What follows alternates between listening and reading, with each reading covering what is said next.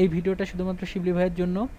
এইখানে কোনো একটা ইমেজকে ক্যামটেশিয়া দিয়ে কীভাবে স্ক্রল করতে হয় সেইটা দেখানো হবে। এই যে আমাদের এখানে একটা ইমেজ আছে, এই ইমেজটা প্রথমে টাইম লাইনে নিয়ে আসলাম। নিয়ে আসার পরে ইমেজের ডিফল্ট যে টাইমটা থাকে যে কোনো একটা ইমেজের, সেটা হচ্ছে 5 সেকেন্ড থাকে। এটাকে আমি বাড়াই 10 সেকেন্ড করলাম। 10 সেকেন্ড করার পর একটু বড় করে দেখি।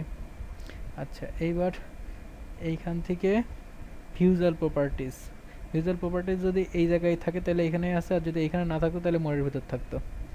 আচ্ছা, এখন ভিজুয়াল প্রপার্টিজ থেকে এখানে একটা অ্যাড অ্যানিমেশন দিতে হবে। অ্যাড অ্যানিমেশনের এই অ্যানিমেশন যখন শেষ হবে তখন হচ্ছে ছবিটা এই জায়গায় থাকবে, আর অ্যানিমেশনের শুরুতে ছবিটা থাকবে বাইরে। এই যে অ্যানিমেশনের শুরুতে ছবিটা বাইরে, আর অ্যানিমেশন যখন শেষ তখন ছবিটা এইখানে।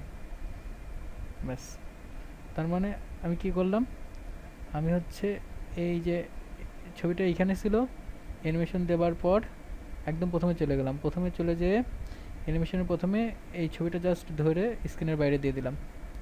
তাহলে পরে এখন যদি আমি প্লে করি তাহলে ছবিটা আস্তে আস্তে স্ক্রিনের ভিতরে আসতে থাকবে। এই